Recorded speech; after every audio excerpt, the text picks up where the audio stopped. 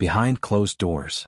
Modern London, mostly centered around a quiet suburban neighborhood and a corporate office. The story. Sophie Lang is a corporate ghostwriter, skilled at telling other people's stories but struggling to keep hers together.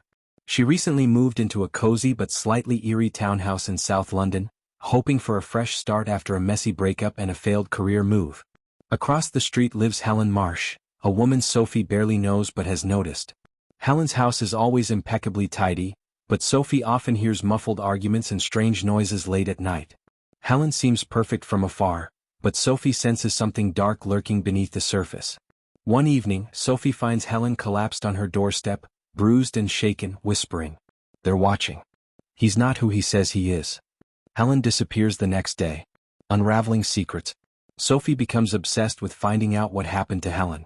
Her own life begins to unravel as she discovers that Helen's husband, Mark, is not only controlling but has a history of violence disguised behind a charming facade.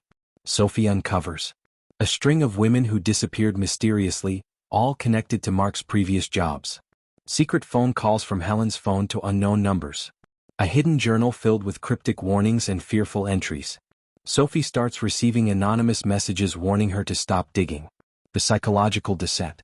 As Sophie digs deeper, she questions her own sanity. The line between reality and paranoia blurs. Flashbacks reveal Sophie's past trauma, an abusive relationship that ended badly.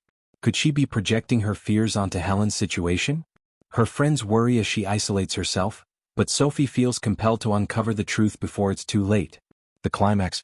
Sophie confronts Mark during a corporate gala, exposing his true nature to colleagues and police.